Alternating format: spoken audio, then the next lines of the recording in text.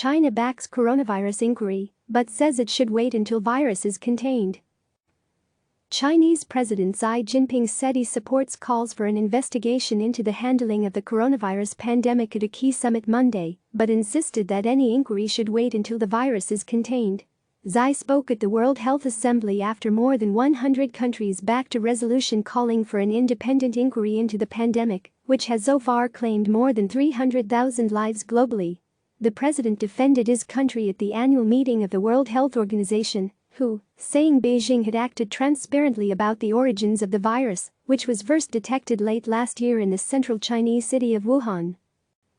All along we have acted with openness, transparency and responsibility. We have provided information to the WHO and relevant countries in the most timely fashion. We have released the genome sequence at the earliest possible time. We have shared control and treatment experiences with the world without reservation. We have done everything in our power to support and assist countries in need, Xi told the assembly via video conference.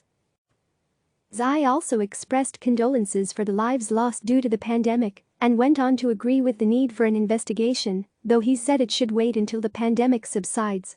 The European Union drafted resolution, driven by calls for an inquiry from Australia, does not single out China or any other country, but calls for an impartial, independent and comprehensive evaluation of the coordinated international health response to COVID-19.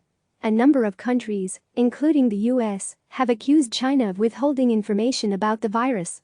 Australia's call for an investigation last month sparked an angry flare-up from Beijing, which accused Canberra of a highly irresponsible move that could disrupt international cooperation in fighting the pandemic and goes against people's shared aspiration. Xi used less combative language during his remarks at the closely watched summit on Monday, however, outlining a number of steps China would take to control the spread of COVID-19 and pledging $2 billion over 2 years to the WHO. He said China would support the research and development of vaccines, would assist African nations in their response to the virus's spread, and would work with the United Nations to keep supply lanes around the world open. The wording of the resolution is weak compared to Australia's previous calls for a probe into China's role and responsibility in the origin of the pandemic. This may have been necessary to get a majority of WHO member states to sign on, particularly those, such as Russia, with traditionally strong ties to Beijing. But the potential for an independent probe, even one not initially tasked with investigating an individual country's response, to turn up damning or embarrassing information is great.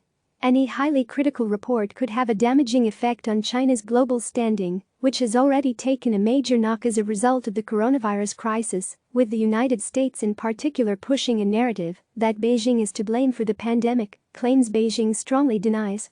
The world has been humbled by this virus. As earlier on Monday, Chinese Foreign Ministry spokesman Zhao Lijian echoed Xi's support for an investigation in the virus's origins, but argued that the draft plans are a totally different thing from what's been called an independent international inquiry. Zhao said China rejects a unilateral interpretation of the resolution and insisted the focus should remain on the containment of COVID-19, suggesting that most member states agree it is not an appropriate time for an investigation due to the state of the pandemic. When asked to comment on recent remarks made by U.S. Secretary of State Mike Pompeo, in which he appeared to backtrack on an unverified theory that the virus originated in a lab in Wuhan, Zhao said, "This U.S. politician has been spreading all kinds of lies for some time. Responding to his lies is a waste of everyone's time." The conference is also significant for the WHO itself, with the organization batting back accusations from U.S. President Donald Trump that it mismanaged the global outbreak. But the organization's importance in fighting COVID-19 was highlighted by a number of world leaders on Monday, including Xi and French President Emmanuel Macron. "We need a strong WHO to tackle COVID-19, and the WHO is us, its member states," Macron said in a pre-recorded statement. German Chancellor Angela Merkel also urged international cooperation to defeat the pandemic. "We are experiencing a global crisis with hundreds of thousands of people who have been infected and affected with social and economic consequences that show that virtually no country has been spared by this pandemic," Merkel said. "So no country can solve this problem alone. We must work together." The WHO's Director General Tedros Adhanom Ghebreyesus added that the world has been humbled by this very small microbe in his opening remarks. "If this virus is teaching us anything, it's humility. 6 months ago, it would have been inconceivable to most that the world's biggest cities would fall eerily quiet. That shops, restaurants, schools and workplaces would be closed. That global travel would grind to a standstill. That simply shaking hands could be life-threatening, Tedros said.